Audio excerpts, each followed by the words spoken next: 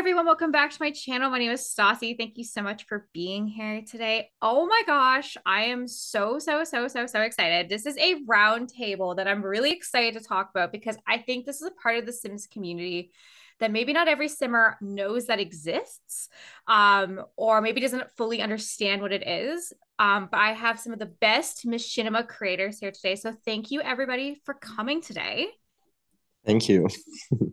Oh my gosh, thank you. No, thank you guys for coming. I was just explaining that because I usually will plug whatever projects I'm currently working on for voice acting when I do podcasts or anything.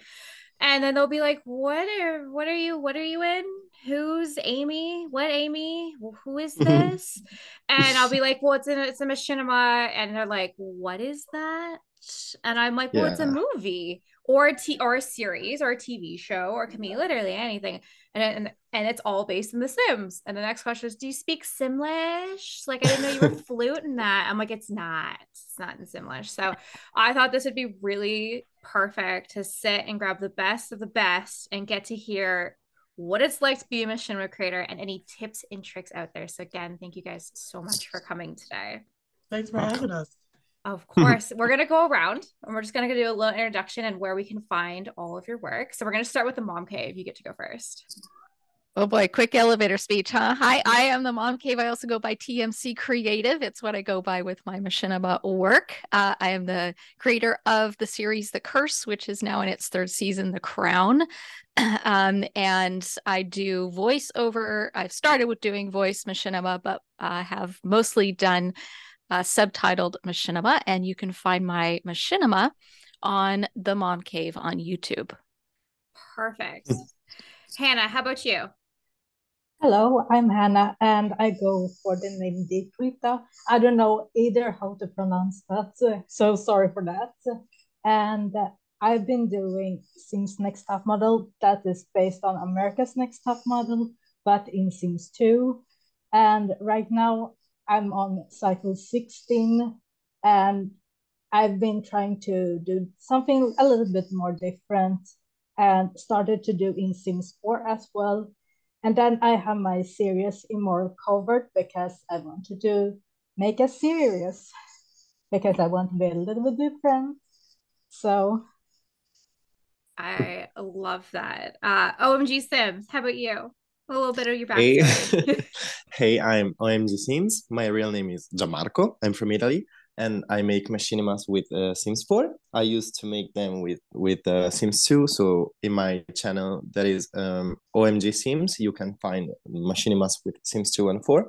And I think I'm mostly known for The Reaper, which is my main series, and Stassi starred in The Reaper. She's one of the main characters. She's Amy, and she's absolutely fantastic. And I'm really happy to be here today with all of you creators. Oh, oh my God, you're always so sweet. Can I just like keep you in my back pocket? Because I feel like if I'm ever having a bad day, you're like, you're amazing. I'm like, oh my God, no, you're amazing. Like, uh, I think that. oh, well, thank you. And then Welcome. I'm so excited. I am you're for Yes, She's a Simmer. I'm so excited to hear about what type of machinimas you make and a little bit more about what you do. First of all, I'm happy to be here, and I'm a little starstruck because I've literally watched every single one of your machinimas, and they actually inspired mine to make them, actually. So this is really kind of cool. I love the Reaper, by the way. Oh my God. Love it. Seriously. Oh my God, thank you. So it was really nice to meet you. So I started machinima making about 3 months ago. I've seen them recently, and I was like, "Is this The Sims?"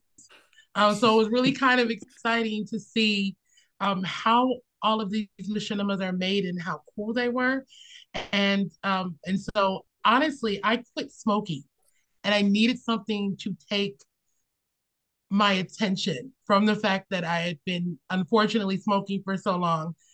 And I started making machinimas, and the landlord came out of that. So I am YesSheASimmer, and my YouTube page is YesSheASimmer. And I have two series currently: The Landlord, which just had a season finale, and The Road. And then I have a few more coming up in the near future. By the time this comes out, I'll have two more, which is The Mind of Tsunami and one called The Women. So I'm really excited to be here. And again, thank you. Oh my gosh. Well, thank you so much. Those are sound so exciting. So why don't we start this off? Let's talk about like Machinimas. Yet, yeah, she's a simmer, kind of talked about like where her love came from. But what made you want to start a Machinima? And we'll start with the mom cave. Oh boy, I'll try not to take up too much time. So I started playing The Sims because of poor mental health, and so it was just escape. And honestly, I hadn't played Sims since like 2000. Sorry, I dropped the cap to my drinks. I'm like, shoot, now I gotta pick it up. I'll do that later. Anyways, I started playing The Sims with my kids like in 2000. That was 5 ever ago. And you never really thought about it, but I started playing it because I was watching YouTube. I was just trying to check out, do something. And so I was watching YouTube. So fast forward, I had bought the game. My now daughter-in-law was like, Mom, just buy the game. I mean, just get it. And I was like, okay. And I started doing the 100 Baby Challenge. And I was in a Facebook group, and I was also watching Claire Siobhan, and she did these really cool machinimas before she did. I'd never heard of them before she did her Let's Plays. I was like, oh my gosh, that is amazing. And I wanted to tell the story of my 100 Baby Challenge to this Facebook group. That was why I started. And I was like, well, what am I going to do? Like, who's going to care about this chick running around having 100 babies with all these guys? Like, that's just weird. So it is weird, but I was like, I gotta write a story. And so I wrote a story called The Curse of 100 Children, and that's where the curse was born. And I can tell you the first time I did it, I was completely hooked. I was like, this is amazing. And through the course of making Machinima, I've really discovered things about myself, and it blossomed. And that's how I got started. And I in a bazillion years, never in my wildest imagination did I think 3 years ago in that bed when I was at my lowest that I'd be here today because of making Machinima. So that's how I got started. Oh, well, the mom cave, thank you so much for sharing. I know we had talked about that on our summer spotlight last year, and you're like the work you're continuously doing. You continue to continue to exceed my expectations every time I see everything that you're doing. So you're doing an amazing job. Thank you, my friend. You are very welcome. Hannah, how about you? What got you into making Sims X top models? Oh, well, that's a long story. I will try to make this short as well.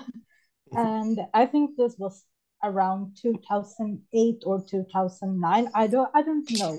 It was I know it was something there, I think.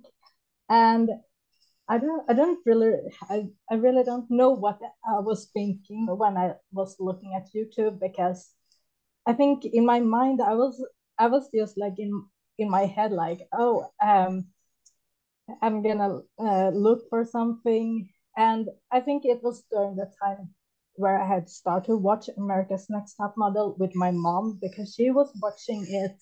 And then I was like, oh, well, I'm just gonna join and watch something together. I was like, yeah, I'm just gonna sit here and watch too for no reason. And I hooked up with the show. And then there was one day when I were on YouTube, and I think I was just like joking around and like, yeah, what if there's like some top model thing? And oh my god, there was a lot of those stuff, and that is why I hooked up so fast for that. So I felt like, oh, I should start this as well. That's awesome. It's a weird story.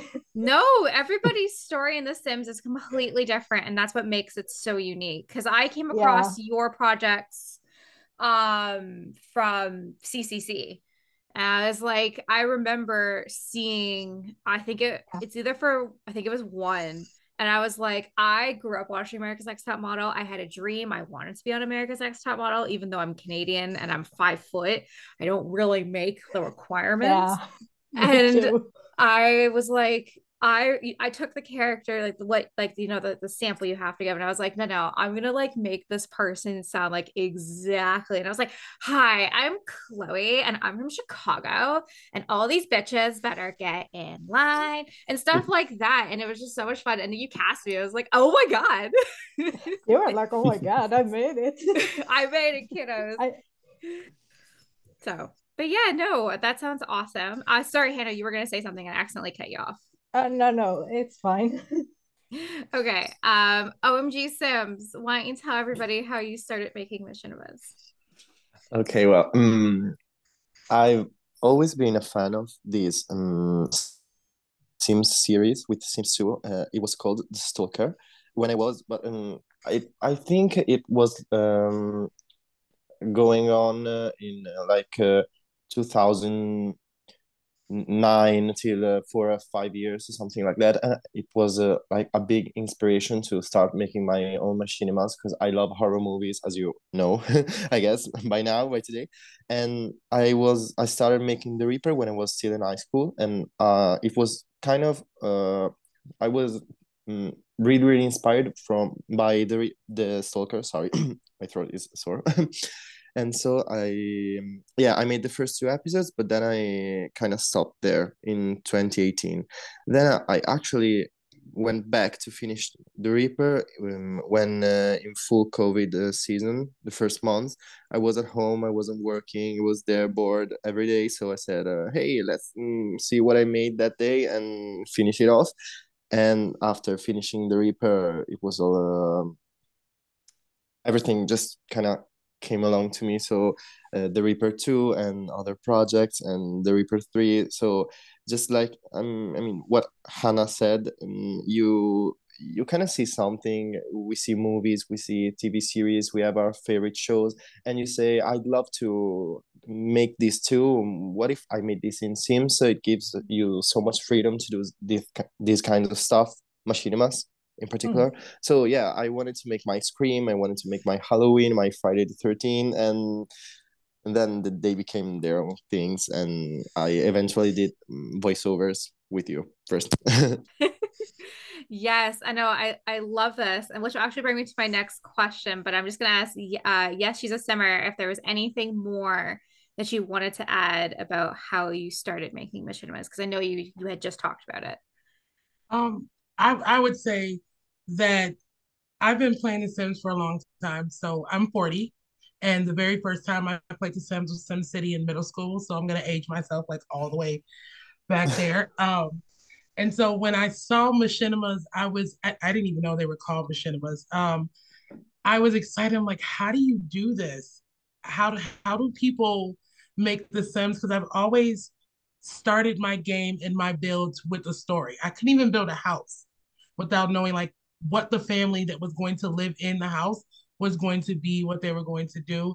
And that just translated into how do I do this? And so seeing all these wonderful machinimas and creations, that's really, I would say, aside from needing something to take my mind off of this really big habit that I was kicking, it was seeing all of these stories come to life by all of these wonderful creators and wanting to be a part of that. And so I'm like, I'm going to do this. And so the landlord was born. I absolutely love it. Again, I think what I like about The Sims is for storytellers. No matter that is a common theme that I've come. Even builders are like, well, I got to tell a story. I want to build this house. Cast creators, I want to be able to tell the story of the sim while taking a look at it. And what I like about Machinimas is it can literally be anything. Everybody on this call has a different genre of what they work on, and I think that's what makes it so great. It's not just like a cookie cutter, like everyone does the same thing. The Sims allows you to create whatever you so choose to, and I think that's really awesome. A lot of you guys have been creating machinimas for a long time.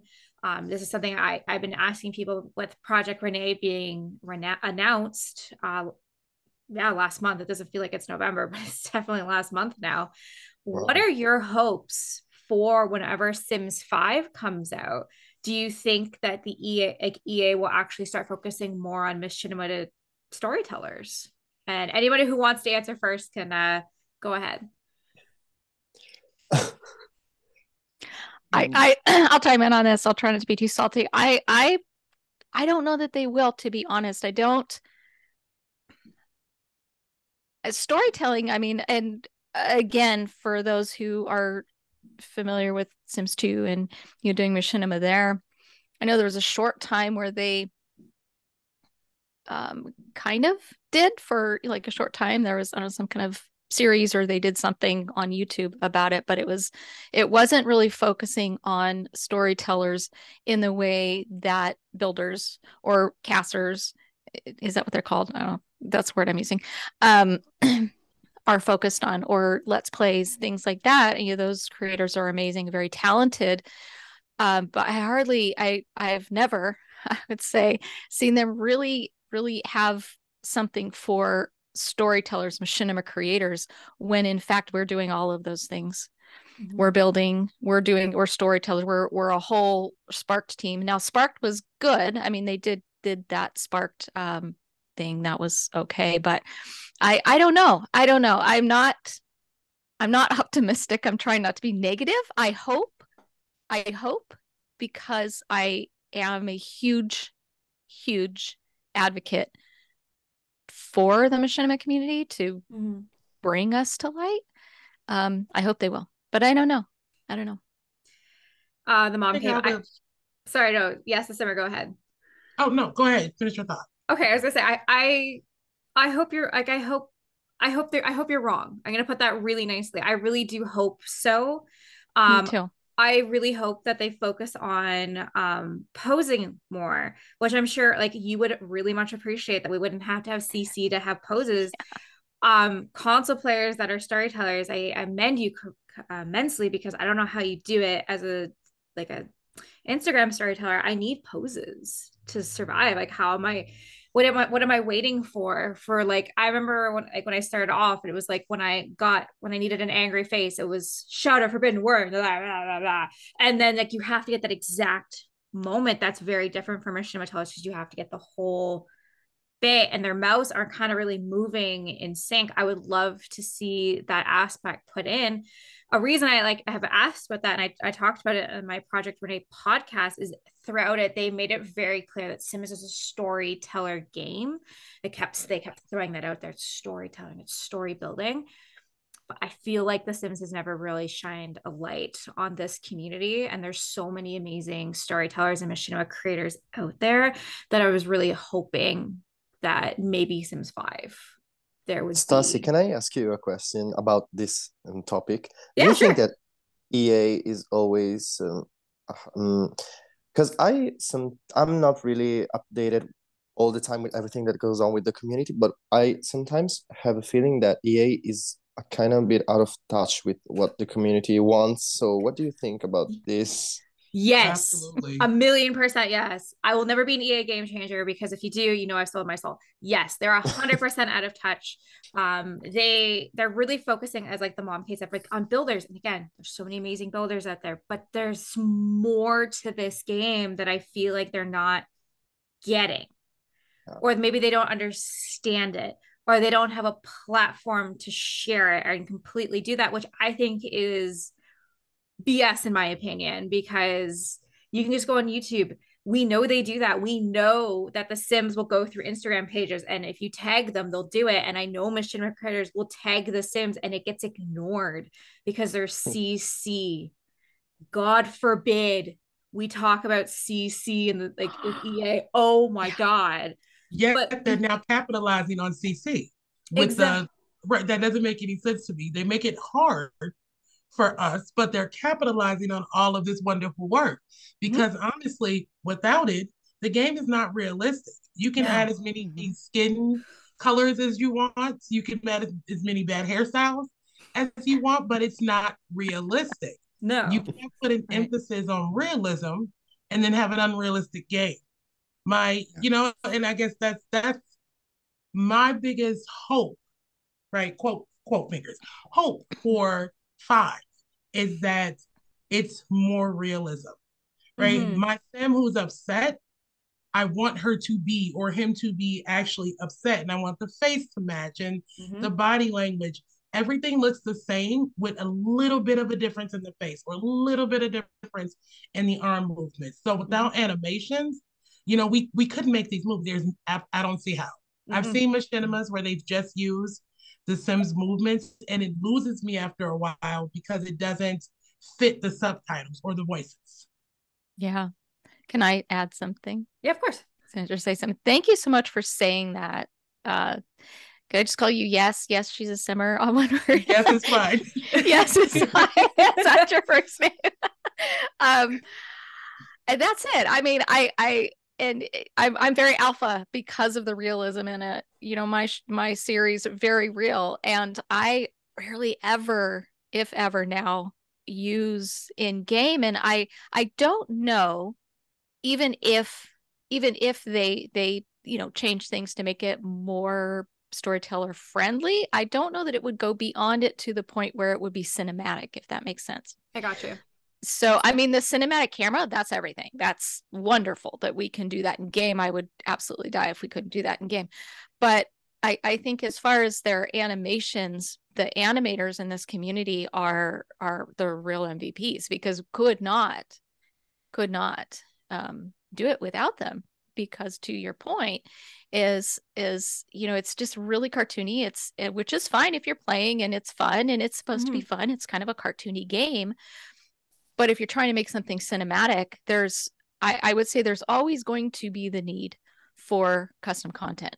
And I am hopeful that what they're setting up will make it easier for people like myself to, and I would guess many of us on this call, when there's an update, to not completely panic that I'm going to lose all of my characters because something broke. You know, years of work because of that. So I'm hoping now that they're partnering with people like Twisted Mexi and MC Command Center and these other big, you know, staples in our mods folders, they're partnering with that to make it more friendly. So I'm going to say that's a positive. But as far as making Machinima in the Sims 5, I would say that it's likely we'll always need that. So I'm glad they're making that more accessible. I totally agree. OMG Sims, did that answer your question? I hope it did. Yeah, I did. Perfect. Now I gotta ask, do you think they're out of touch? What we just said kind of proves that EA is a bit out of touch with many parts of this community. Like you said, it's not all about building. Like Project Renee, when it was announced, that it was basically all about the early stages of this new building project. So yeah, we are talking about Machinimas, but also there's a lot of CC creators. We just talked about them, and yeah, I don't know. I think they could do a lot of work. Also, I read something on Twitter, especially about just right after the announcement of this new stage of The Sims 4 and Project Renee, about the problem that EA has with the inclusion and diversity, and after all these years, they're still like apologizing for doing things that they already apologized years ago. So I don't know what's going on. I hope they get better at this in the near future, and with The Sims 5. Yeah, so that's my opinion. I could not agree more. Sorry. Yes, YesSheASimmer. Did anyone notice that during the EA Summit, not one Machinima director was highlighted? That kind of bothered me, to be honest, because I can tell you that the people in my network and the first folks that started watching my YouTube channel, my Machinimas, were my family, who was already sick of hearing me talk about The Sims. They were just sick of it, right? And now they show up every single week to watch the episodes. So we pull in folks that are not even involved in the game. You know, that really don't play the game. And because of us, those people are going on YouTube and watching these 3D animations that come directly from our minds. And I think that's awesome. We're bringing more folks to the game. Why wouldn't you highlight machinima directors, as awesome as we are, you know, and I'm brand new. I mean, the very first episode of The Landlord is horrible. It is. It is glitchy. It is horrible, but it was made with love and a lot of care and a love for the game. So why wouldn't you showcase? Well, not that one, but why wouldn't you showcase creators and directors that are really bringing a whole new wave of people into The Sims 4? I totally agree. I mean, show that there's more in The Sims besides just building and just cast. And like I don't even think they do a good job sharing like other storytellers, because you go on Instagram, there's like a million royal stories. You have a million not so berries.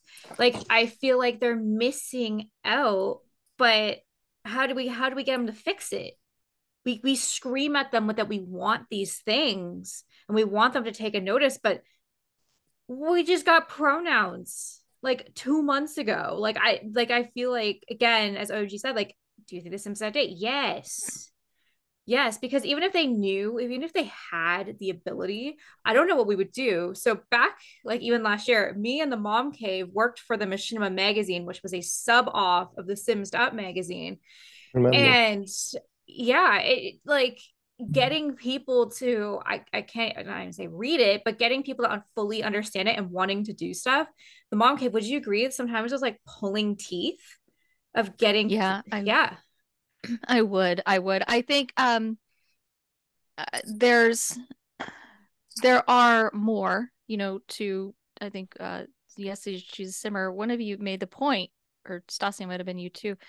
One of you made the point that it's like, well, I didn't even know these existed. What is that? I still get those comments. Like I'm on Humans of the Sims right now, and you know, we're doing Machinima month, and I'm still getting comments saying, "Oh my gosh, I've never seen this before." Like, how have you never seen this before? I mean, if we look at Machinima's been around longer than the Sims has. Machinima's been around for over 30 years.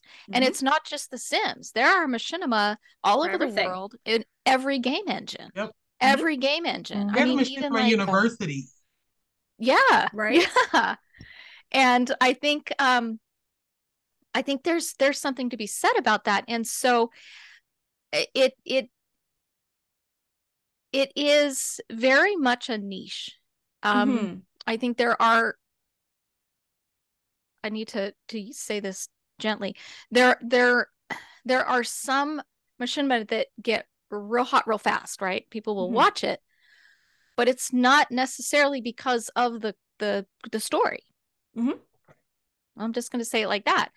And it's such a unique way to storytell, and you are so right to say that it's just so true to say that that EA has been missing out. And so when they're doing this summit and they're talking about storytellers, I'm like, where's the storyteller? I didn't see one storyteller. One storyteller. And it's the same 4 or 5 YouTubers that they highlight every single time for the last, I don't know how many years, instead of highlighting, pulling people from the community who are doing unique things. Because I can tell you that these 5 simmers, not a one of them is doing anything unique. No. Go ahead, cancel me, do whatever you want, but they're not. It's the same thing every time. And it's like, it's clickbaity. I don't do clickbait, but I'm going to be quiet because I'm about to get on my soapbox and go on a tangent. You know, the Mom Cave, you hit it on the nail on the head. I'm telling you, because as much as I love watching YouTubers and creators, every single episode we do is different. Every single thing we do is different. The Rose Chronicles, all of it. Every single thing has to be different. We can't do a small cottage house and build it every single time. Just put a different roof on it, or a different siding, or a different color, right? We have to progress our story along. So we're not only filming these machinimas, but we're writing them, right? We're doing so many things. So how do you not highlight that part of the Sims is really important? And to OG Simmer or Sims point, during the summit, my biggest, because I was at work watching this, don't tell my boss, but I was at work watching it. And I'm waiting, I'm excited. And then to look on the screen and say, okay, you're talking about custom content, you're talking about storytellers, you're talking about these amazing people. How do you not highlight Complex Sims and he made creations for the game? How do you not highlight those CC creators that you're now pulling in to make, cast items and different things, and then push them to the side? Now, take away the fact that not a creator they showed looked like me. I'm not gonna touch that. I don't think this is the forum for that. So take that away. Mm-hmm. But then you have also not a single creator looking like me or doing what I do. So I kind of felt slapped in the face a couple different times. And then you apologize for not being more inclusive on the simmers that you were showing during the summit, but not the creations and not the creator. You didn't apologize to the community that I'm in. So I'm getting slapped twice, and I'm spending thousands of dollars on this game. Let's keep it real. I didn't purchase this when every single game or expansion pack was on sale. I paid full price for a lot of it. So I guess that's my biggest, come on. I took 5 from the Sims. I'm actually behind on my Machinimas because I boycotted the Sim for about 3-4 days. I had to get my head around just the amount of disrespect I felt from that summit. It breaks my heart because we love this game, and the whole point in this game is to be able to create yourself or a story you see fit. And some people are able to do that perfectly. Some people are not. And I don't think this game is meant for everybody to be able to live out their wildest dreams. I feel like EA does not make the Sims. I've always said that the community makes the Sims game. Why did it take so long to get proper skin tones for everybody? And even because I used to like Faye, we talked about in great length. She's like, even if like the skin colors that they added, they're not representative of my skin color. They just look like you're super dead. They just added a bunch of, browns and yellows, but they didn't actually go in and talk to anybody with these skin colors where they're able to say, yes, this is a true representation. Or how many white girl hairs are there? There's a shit ton of white girl hairs, right? Like how can you do that? We're going into 2023. This will be out in 2023. We got people going to space and coming back, but yet we're sitting here talking about a game that all on this call loves, and we can't even get proper representation from all communities. To me, I agree. Yes, she's a simmer. Yeah, that's a slap in the face.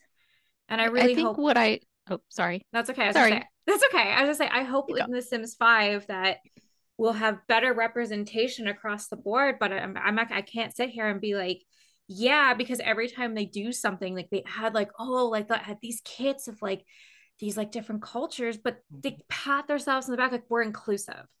But you didn't build the world that goes with it. You made an $8 kit that we have to buy to have these inclusivities in the game instead of just giving it to us.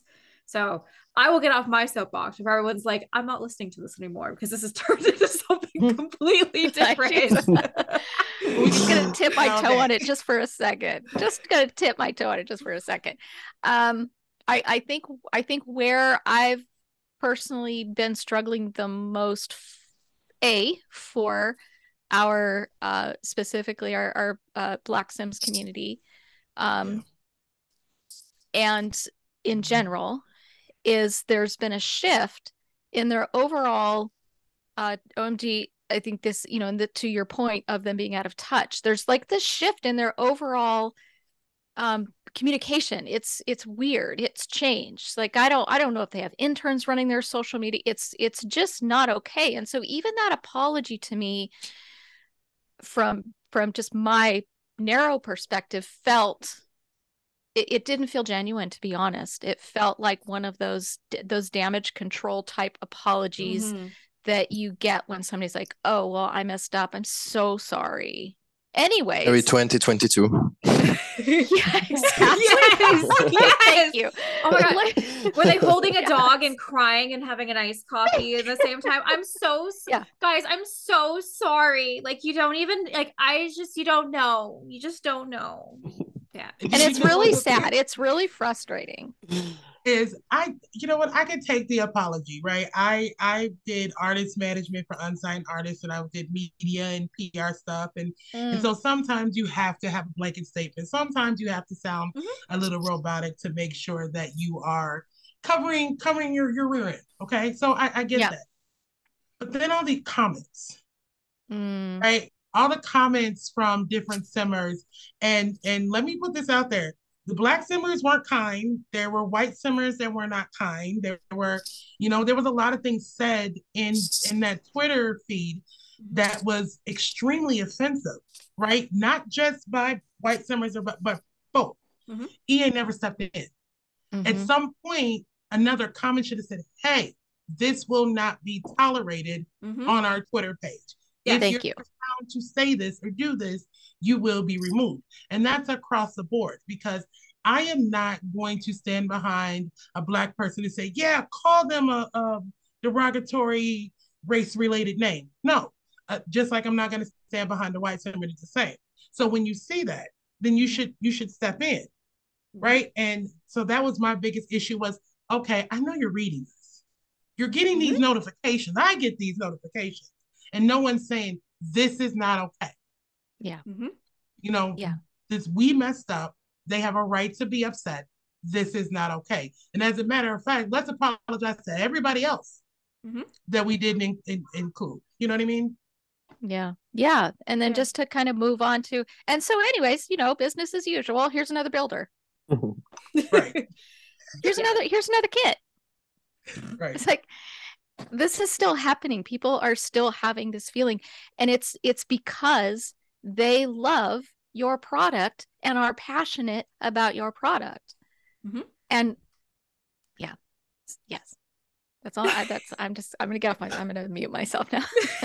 Sorry. No, I agree. I agree with everybody on here. Like, EA, do better. It's 2022. You're acting like it's 1995. Get better. Because what's going to happen is you're going to start losing your Sims community players who've been around since 2000. Like most of us have been. And you're going to sit here and treat us like shit. And their whole response is like, well, just don't play. Like, what marketing person would ever be like, oh, just don't do it. It's fine. We pay, like, as YesSheASimmer said, thousands of dollars. I can't tell you any other game in this universe besides maybe Warhammer or LOL, or not LOL. That's how bad I am with any other game community in this world. That who else spends this much money on one game? Like it's insane. It's literally, but we still do it. I'm not going to sit here and be like, oh my God, like, what's the next expansion mode? Am I going to buy it? Probably. Because everyone in the Sims community is a completionist. I don't care who you are. You gotta be like, I gotta have all the packs. I'm a completionist. I gotta do it. It's like if you all told me we were Beanie Baby collectors, I would have believed you too. Because we're like, we gotta collect them.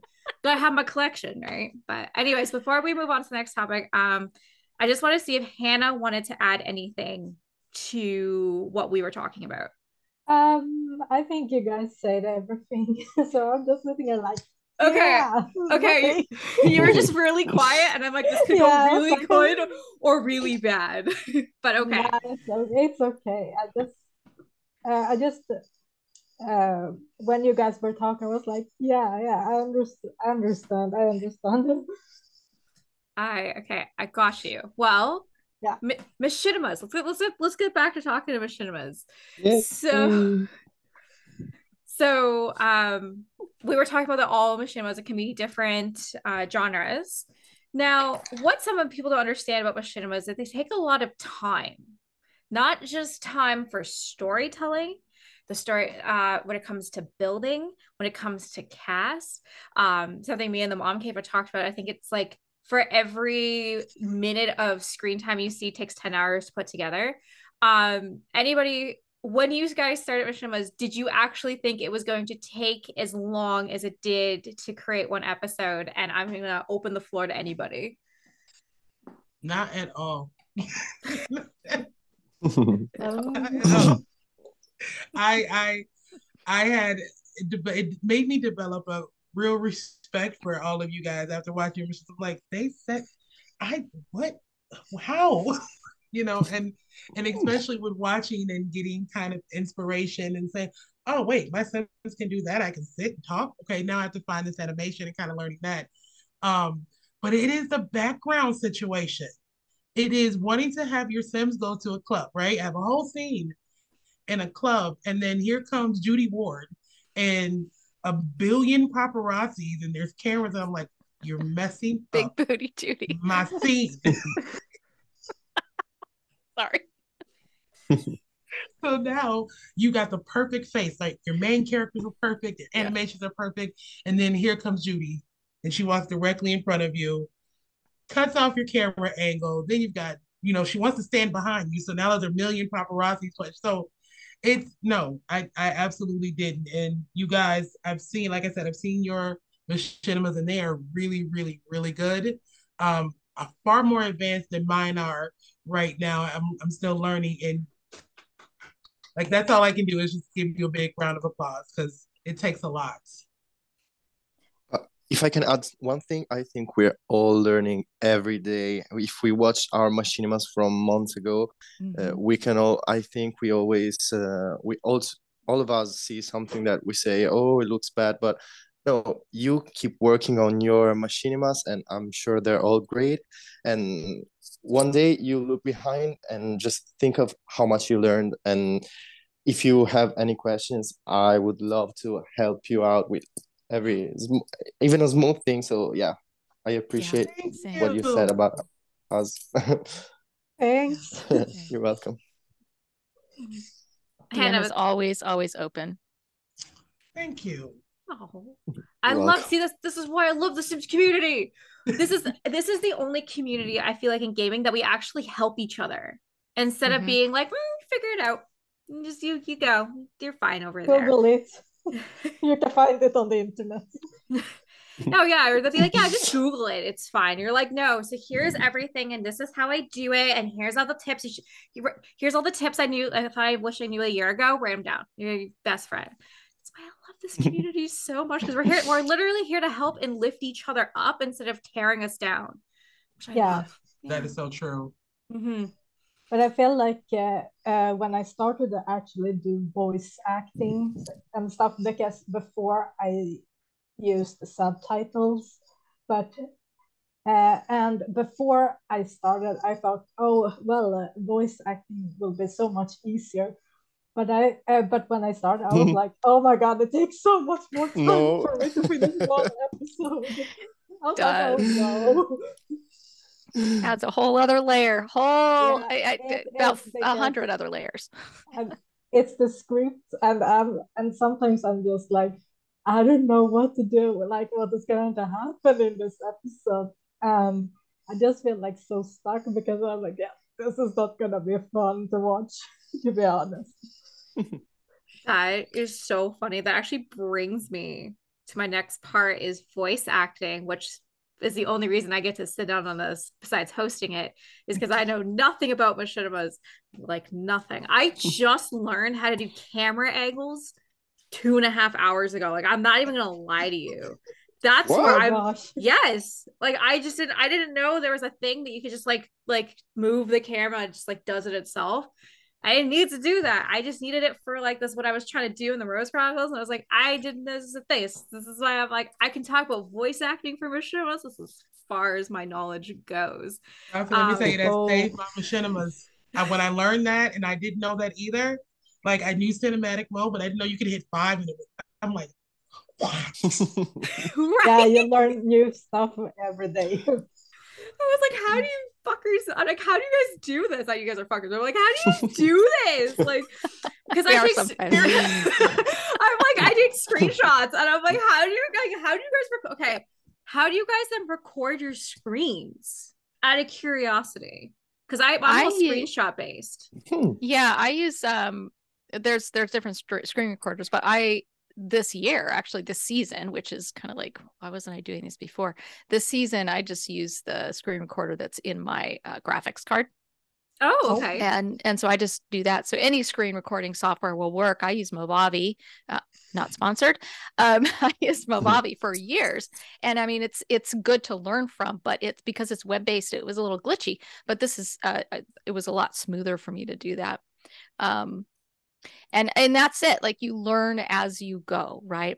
So my second episode, which I will never delete. I will never delete my first. I don't care how good or whatever far I get with this. I will never delete my first season.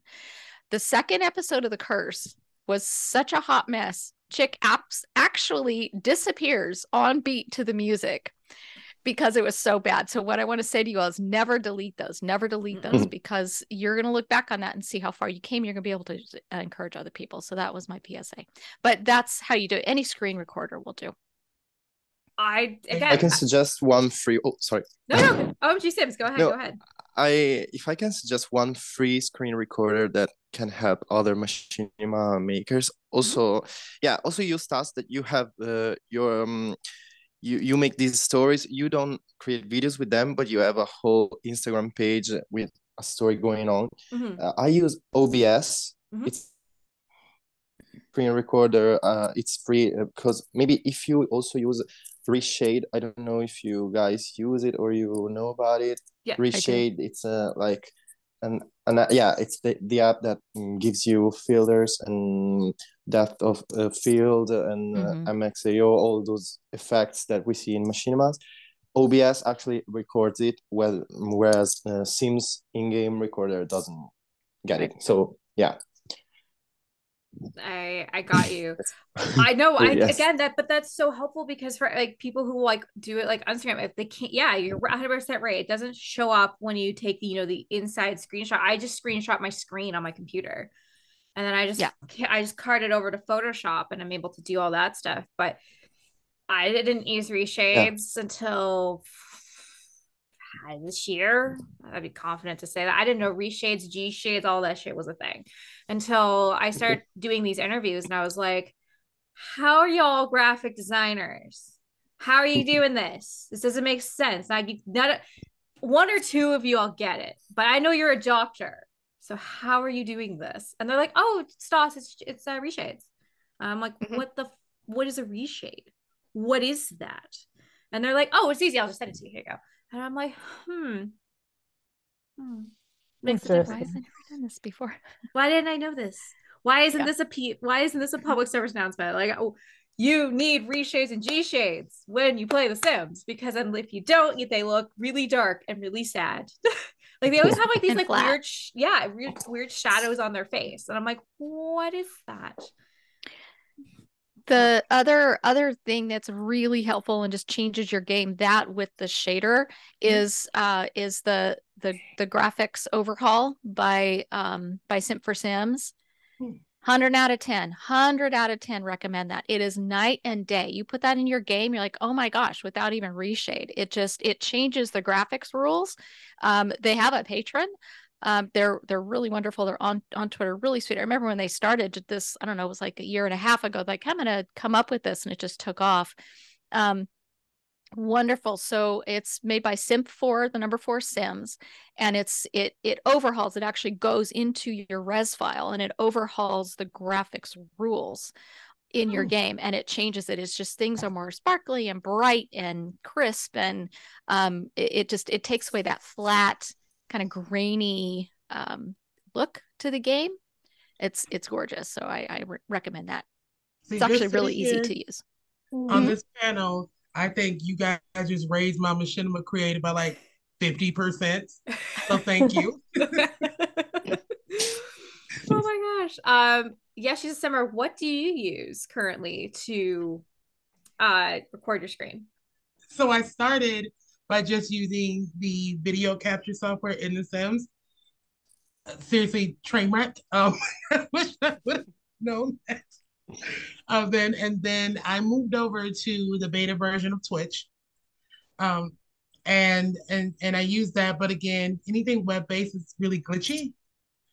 So then I actually am using Microsoft Clipchamp, which for screen recording, it actually is really, really well. I wouldn't suggest it for like transitions. I do pull out my final product and sometimes put it in another graphic program and kind of add the glitz and glamour. But for screen recording, it's been wonderful for me. Okay. I've never heard of any of these before. Hannah, how about you? What do you use to record your screen? I use something that calls Fraps. I think people know Oh, I about know it. I think so. Yeah. Yeah, and I don't know. I just have used it for so many years, so I can't really compare to any other stuff that you guys are talking about. So I think it's fine, that one. I mean, I think before it was sometimes a bit too laggy, but it's been going fine now, I guess. That's good. Again, tips and tricks that it gets people out there and they know and they're like, oh, I want to start this.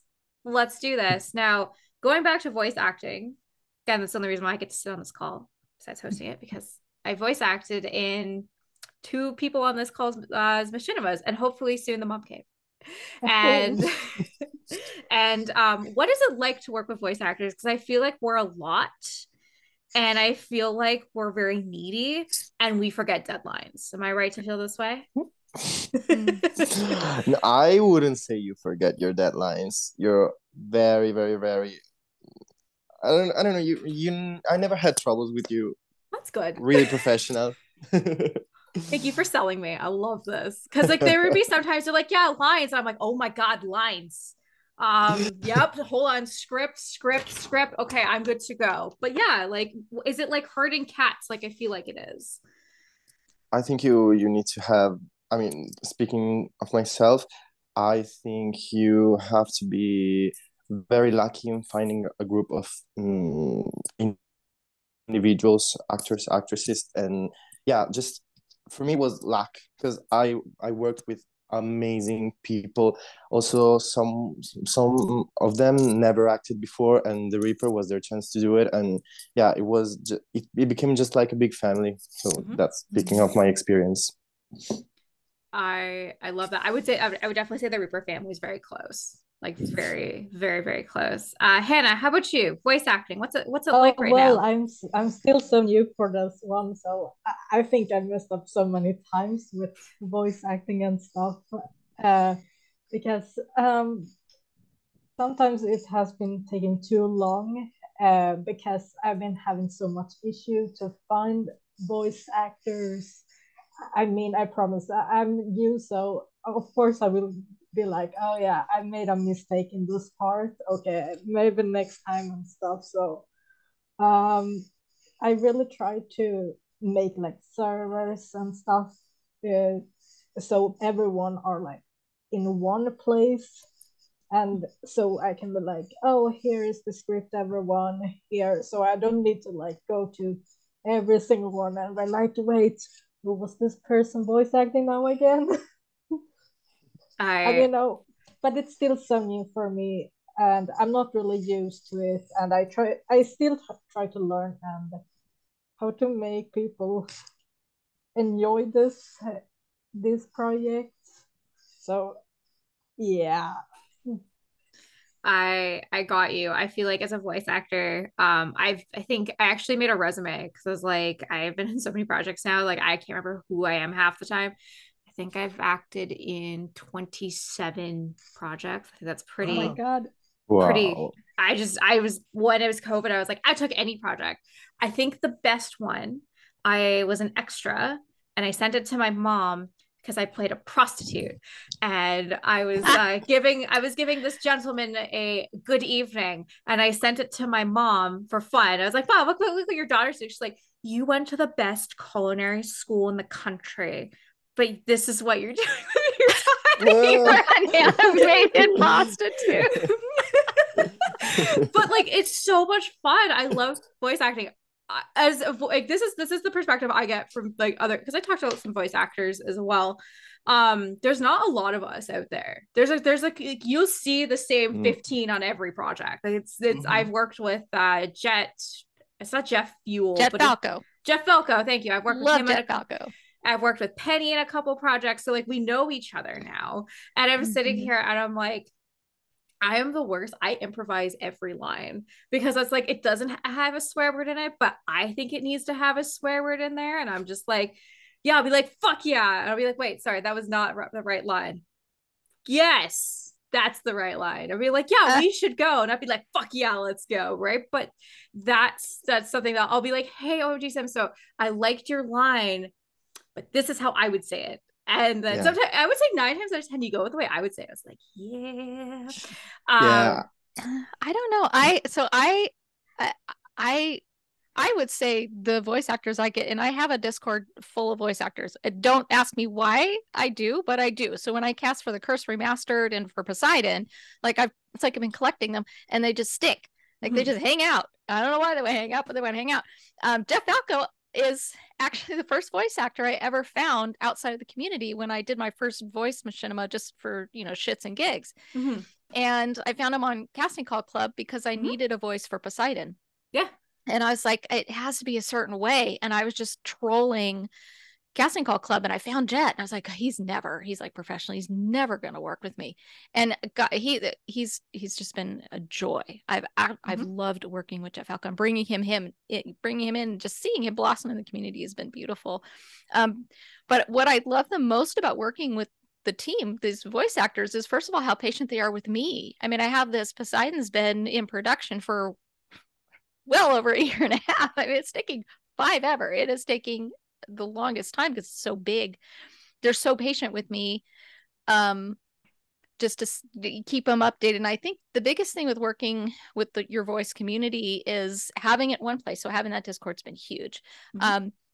Being personable, and I've had a couple of meet and greet calls and just checking in and dropped in on their streams and really as a director, being curious and caring about your voice acting team. And that's what they want. And then also sharing other projects. I'm gifted with this group. And so when people share me, they're like, hey, I have this project and I need voice actors. I'm like, well, let me plug it in, and I'll plug it in. It's like, and I'll share that with them because this is one big community and they want work. They want to do these things. And so if they want to do something and somebody needs a voice actor and it's a good connection, I'm never going to hoard that saying, no, they're mine, because they're not mine, they're theirs.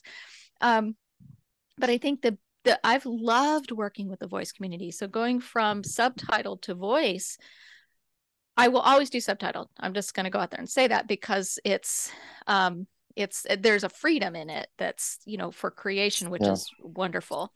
But I also will do voice because I love working with the voice actors, and the talent is incredible. I'm incredibly impressed with those people that are out there. In Casting Call Club, I just want to encourage you all. There are a lot of people out there, a lot of very, very talented voice actors that want to do these things because it's building their resume. So if you're not on Casting Call Club, get on there, because that's where I've found all of these people. Like it took me weeks to go through the auditions, because like, where are all these people coming from that want to do this obscure, machinima about this chick who had 100 kids? I don't know, but they do. So that would be my advice. Can I pick you guys' brains? Yeah, of course. So as a machinima director that's still doing subtitles, because writing this all started because I'm a writer first, right? And a Simmer second. So the writing is really, really important for me. I'm in the process of creating a voiceover series, and I'm so nervous for a bunch of different reasons. But the main one being how to do it. Well, I kind of, having a music background, and I kind of know about audio editing and things like that. But how do you cast? First of all, how do you cast, get the voice out of your head and find an actor, right? Because I don't know if you guys are readers. I'm a reader. And so I've always created the voices in my head to whatever I was reading. And so when they make movies out of it, I'm so like, that is not Edward Cullen's voice. That's great. Because it was the voice that was in my head. And so being the director and the writer, letting go, how do you cast? How do you do that? if I can share an experience with you, it's actually about the Reaper tree and its protagonist, the main character, Carter. He had a voice actor in the Reaper 2, but he actually, I have to say, vanished while we were finishing the last two episodes. So I had to fill them myself. So I never heard of him anymore, unfortunately. So for the Reaper tree, I had to find a new protagonist, and I already had that voice in my mind. Also, one of my cast members told me that it was hard to get used to this new voice, but I at first actually Stassi helped me because her fiance Jason was supposed to play that character. Then I found out because I was like posting in Reddit, also on Casting Club, like the Mom Cave said, these auditions for the character, how old is he, the main traits of his personality, what he's been through, and I found another voice that was the total opposite of the voice I already had. It was like to another thing, but I said, okay, this might fit with this new transition from Sims 2 to Sims 4. So I casted him, and yeah, it was a bit weird at first getting used to it, but it, I don't know, it kind of got along with the flow of the story. So yeah, sometimes you just have to try, and maybe it's a mistake, maybe it's not, but you just have to try. Yeah. You'll find it. You'll find it. I think that is the biggest. That's why one of the things I also love about subtitles is, there's a lot of value to it. There's a lot of value to reading a book or reading and then let the reader develop the character in their mind, because it connects with the reader, right? Whereas the way I describe it is subtitles, the story kind of tells itself, then it unfolds, it leaves a lot to the imagination for the reader, whereas the voice is it brings it more to life in a living way, and so it's really a preference for the viewer. And I what I experienced is kind of that same thing, especially with the curse. Like, I'm very protective over the story. It's a heart and soul of what I do, and so to remaster it to voice was like, okay, these voices have to be like, I'm very picky. But then as you listen to the auditions, what I would say is wait until you find the one that's right. Give yourself that grace to wait until you find the one that's right, versus casting for, just maybe you put yourself in a tight deadline. And I'm speaking for myself. I've done that. And, the voice wasn't necessarily the right fit. But wait until you find the one that's right. You'll know when it connects. Like, you're listening to the auditions, and it takes a lot of time to go through all the auditions. But just close your eyes and imagine and wait until you hear that voice, or you'll get like 3 or 4. You're like, okay, this works. And then you narrow it down until you find the one you're like, yeah, I can work with that. But also, I think to OMG Sims, you made a good point of being a little bit flexible, of saying, well, how could this voice is great? How could I expand my character now to make it fit? So there's that potential to do that as well as a storyteller. So it's a very different process. I have a whole new respect for voice machinima directors, because it's an entire team. You've gone.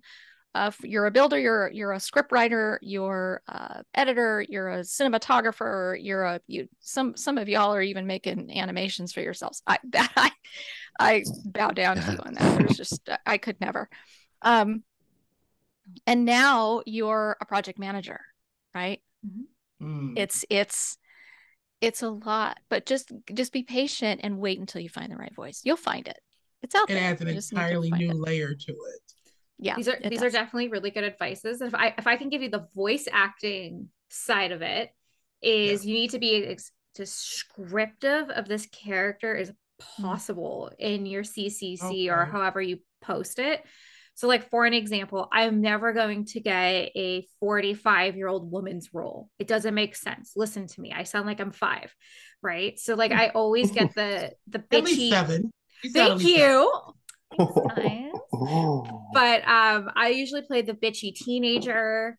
I usually play teenagers. I don't think I've ever played anyone more than 25 because I don't have that voice. But I specifically seek out roles that are like cheerleader, bitch, preppy, because these are like, this is what I'm specifically looking for. So like for an example, they're like 27 years old from Chicago, Illinois, blonde hair, like blue eyes, like, and I can play this character because it's me. It's basically me, right?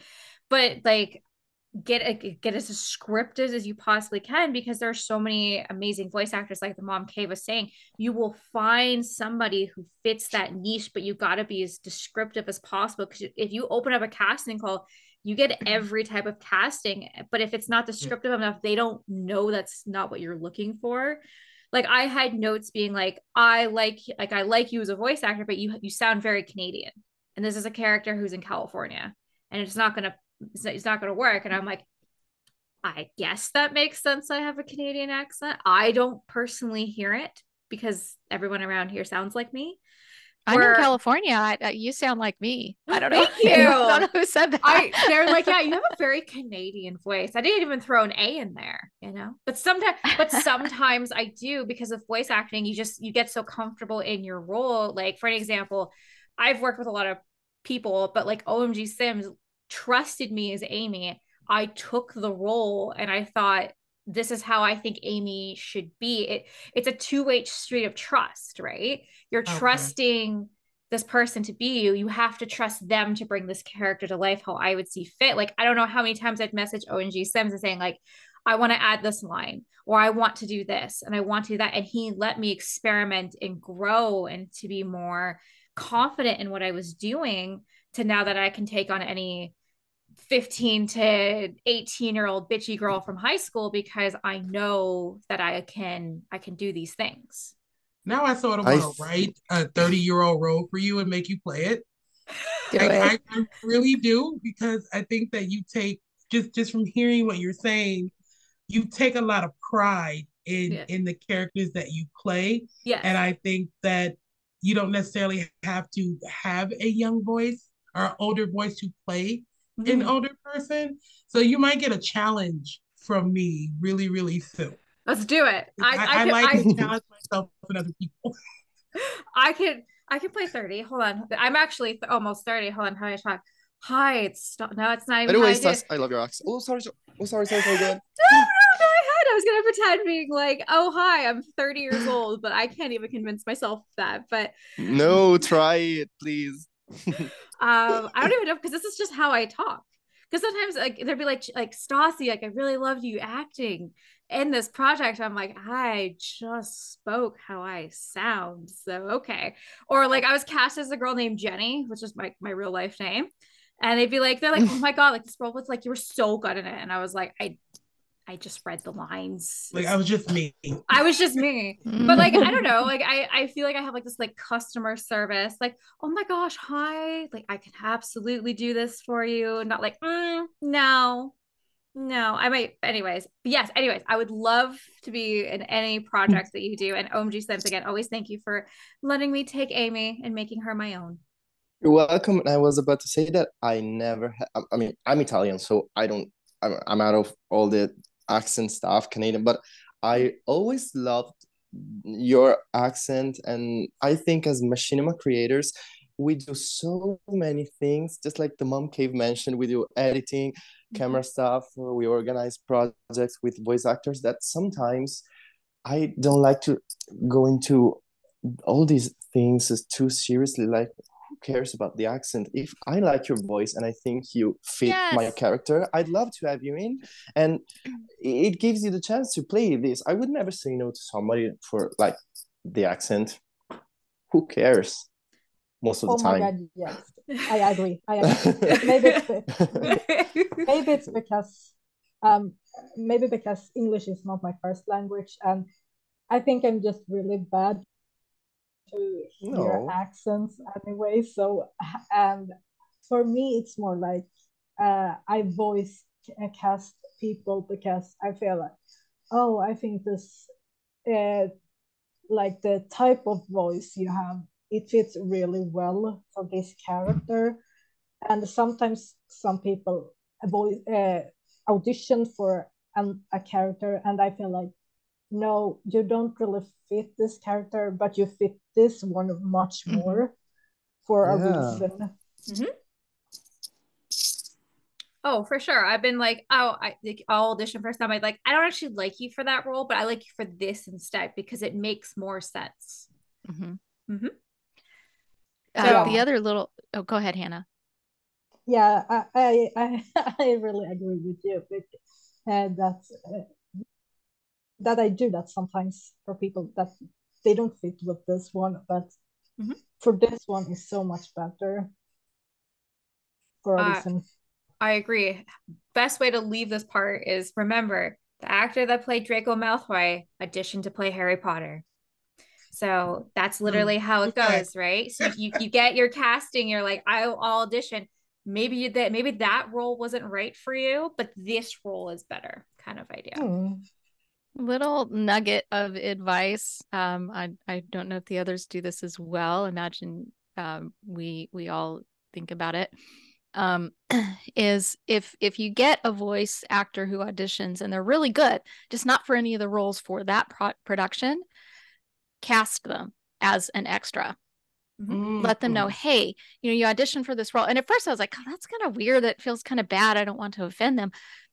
People are like, cool, okay. It's like, your voice is really good. I really love it. For this role, I'm looking for something a little bit different. And I have some future projects that I can think of a couple characters you would be really good for. And also we'll be looking for extras. Would you be interested in coming into my project Discord and just kind of hanging out and as an extra for this production and then also for a future project? And yeah, I'd love that. That's how I've built up this community of voice actors, is even if you don't have a role for them right now, you are in your mind yet as you build the story. Especially, I don't know about y'all, I don't write the story ahead of time. I write it as I go. As that story unfolds, we know that it expands, right?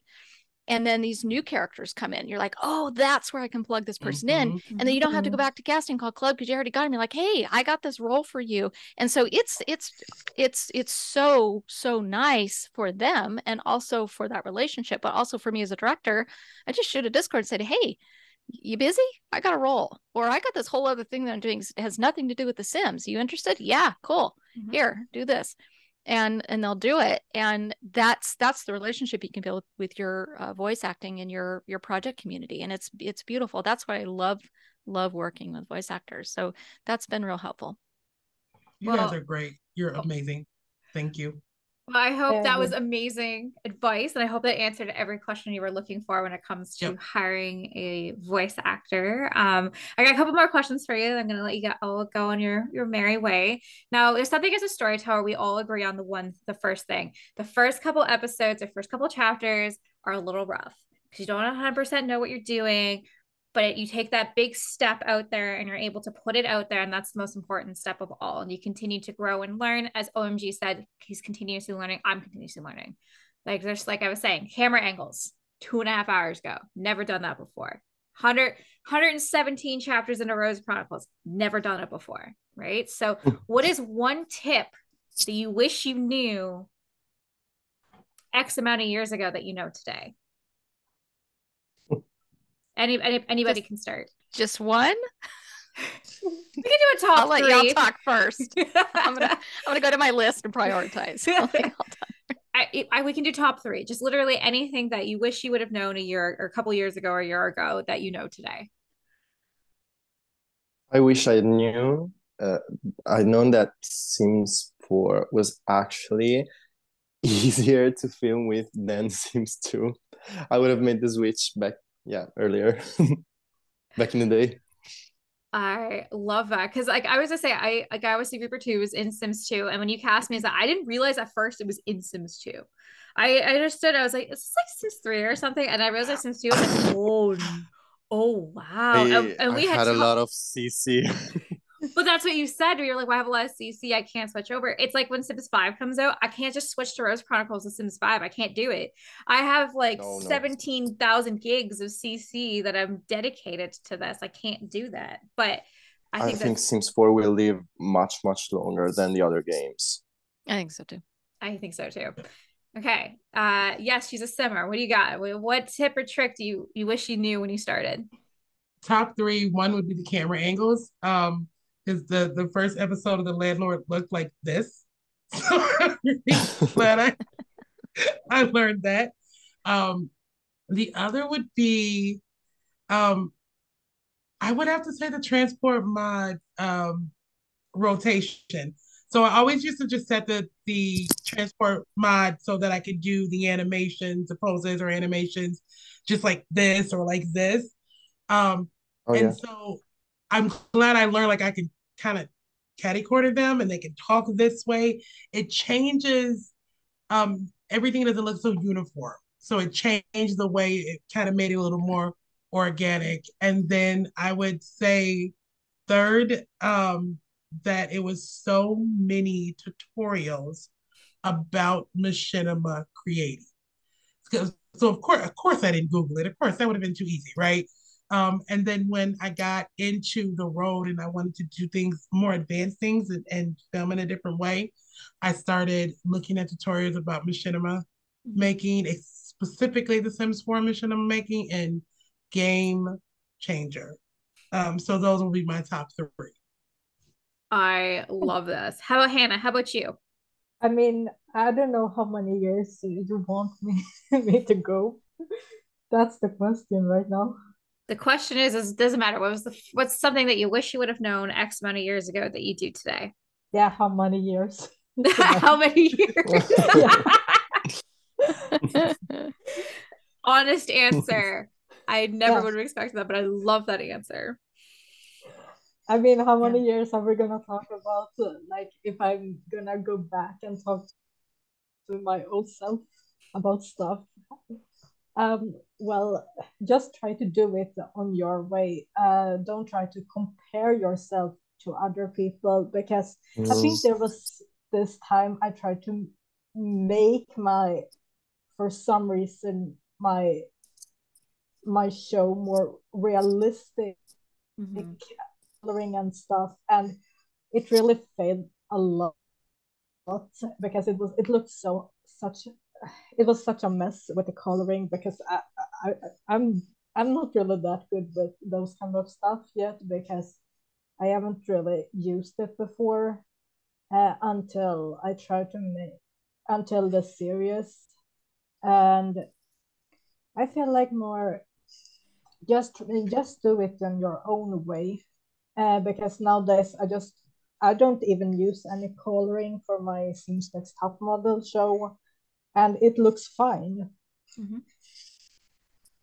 Great advice, Hannah. The mom cave. How about you? I saved you for last. I'll let you come out to I'm like, okay, what do I want to talk? Because there's so much I've learned. I would say first and foremost is filming and rendering at 60 frames per second. It's different because it's a lot more smoother and it actually looks like the game. And I don't know why I was doing that. I was doing it like 29 and 30 and it was weird. The second is using the tool mod and not being afraid to use the grid, because I've been able to access areas of the game that you can't put your Sims in with the tool mod, that you can't position, and then just using it to pose. You have somebody in an animation, you don't have to lock them out of your animation to move a piece of furniture, to move the Sim, to rotate them around. So using the tool mod while I'm filming, and then the tool mod with MC Command Center, where you don't even need a teleporter. Like you don't need a teleporter. You just use MC Command Center. So those are the three go-tos. And then finally, I'm going to add a fourth. I'm going to cheat and add a fourth, is using the effects player, the Andrews effects player, to add special effects to your machinima, because that has been huge, especially because my machinima is very supernatural. And then adding those special effects, I was like, how do I get those in the game? It just has opened up a lot more creativity for me. Awesome. I didn't even know the last one existed, to be honest with you. But see, I just wrote that down. Exactly. I'll do a tutorial.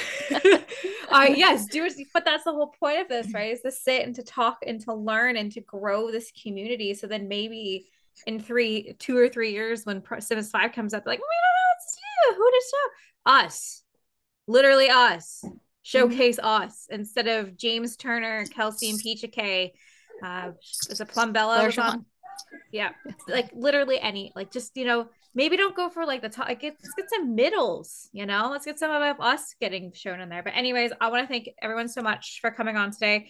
Why don't let's take this part and let's share anything that you guys are working on. So remember, this is coming out in January, so anything between now and January that will be coming out, and we'll start with the Mom Cave. Oh boy. Okay. So Poseidon I've been working on since April of, I don't know, my daughter's pregnant with my grandson. So that was forever ago. I am determined to get that to come out. So hopefully by the time this posts, it will have already posted. But Poseidon is a full feature film about the King of the Oceans. And I'm very excited. It's a voice Machinima. And then in 2023, I am remastering The Curse to Voice. So that will come out in 2023.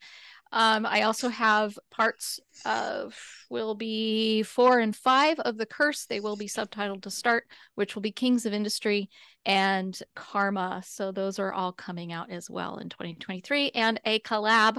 Don't ask me when I'm going to have time to do this. Don't ask me.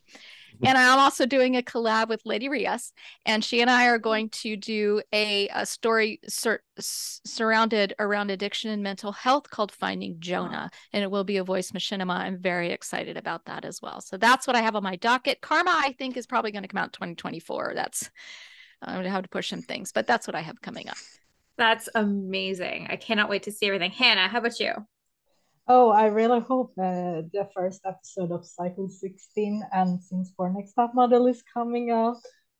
But I think so because I have already sent the lines to everyone. And I really hope the next episode of Immortal covered, but I'm stuck in the script, so don't think about it. I got you. I believe in you. I saw the script. I believe in you. You can get it out. Yeah, I've seen both of the scripts. OMG Sims, how about you? What are you working on?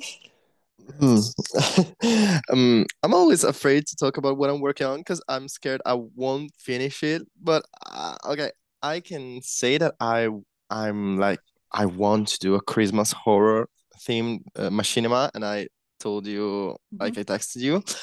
I'm working on it. I'm actually beginning to write the script for this one, so I have to do it in like a month or a bit more. So script everything else. I have planned another season of The Reaper, which is like my main series, so I can stop doing it. I have some ideas, but I also have published this October 2 other shorts and also one for Ember Sims Halloween event. So I'm focusing more on shorter movies these months. But yeah, for Christmas I would expect to have a horror movie, Christmas themed. Yeah. Call me when you have a lie. Call me when you have. I'll play anything. Honestly, I'm hoping at one point that Amy will be the Reaper, and I've been the Reaper the whole time, bitch, or something like that. But no, that's awesome. I cannot wait. And yes, she's a simmer. Talk to me. I'm doing too much. I told you I like to challenge myself. So between now and the time this comes out, I'll be finishing up The Row, which is episode 7 is coming out this week, and it's 9 episodes in total. So we'll have the season finale of that. I'm working on a high school drama called The Mind of Sulani. The Women, which is about a group of women that's going to come out in 2023. I'm also working with a local artist by the name of Sonny Jenkins, and he'll be releasing a 52-week series of music videos that are going to culminate in an actual movie. And so it's going to actually all be in the Sims. So I'm working on that with him. And then I have a couple different things going on. I saw that there was a Machinima Award a few years back, and I thought that it was great. But I'm actually wanting to do one of my own. So hopefully in 2023 early, I'll be announcing the YesSheASimmer Creative Machinima Awards, and then also launching a Machinima channel. So featuring Machinima directors in all games, not just The Sims, as well as myself. And I've been working with a couple different creators in Grand Theft Auto and The Sims, and one is doing an Assassin's Creed Machinima. So that's going to be launching in early 2023. Well, I told you I do too much. I'm doing too much. Oh my gosh, I cannot wait to see everything you're working on, YesSheASimmer, and everybody. Why don't we just go around one more time and just say where we can find all of your amazing Machinimas? And we'll start with the Mom Cave. All right. Well, my Machinimas are on YouTube, the Mom Cave, just that. I also am getting back to Twitch and will be streaming Machinima Live, which is my live tutorial that I do on Mondays. So we'll see when I time that. I'll be posting it on Twitter. So Twitter's the best place to find updates about where and what and when for me. Perfect. The Mom Cave one. Sorry. Hannah, that's okay. Hannah, how about you? Where can we find your Machinimas?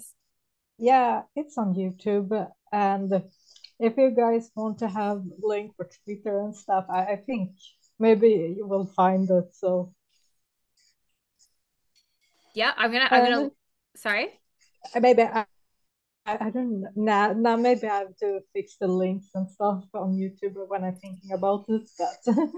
But most of my stuff is on YouTube. You can find everything there. So perfect. Links are gonna be below for everybody, so I can just click on. Omg Sims, how about you? Where can we find your amazing work? Thank you. You can find my work on my YouTube channel, and that it's called Omg Sims. And also, I'm for updates and behind the scenes and more. You can also follow me on Twitter. It's always Omg Sims. Also on Instagram, but I use Twitter more these days. Perfect. And then YesSheASimmer. You can find my episodes premiering weekly on YouTube under YesSheASimmer. I'm also on Instagram and Twitter. Just got on Instagram and Twitter, so I'm working on that social media part, but mainly on YouTube. I love it. Well, I want to thank you guys so much for today coming on. I had a blast. I hope people listening to this will be like, let's start creating more Machinimas, because that was the whole point. So I want to thank you guys again so much for coming on today. I had a blast and I learned a lot.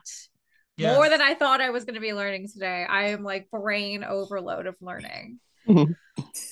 Same here. I'm smacking to film me episode 7, and I'm taking all of this back to episode 7. So thank you. Seriously, guys. It's been a learning experience. Thank you so much.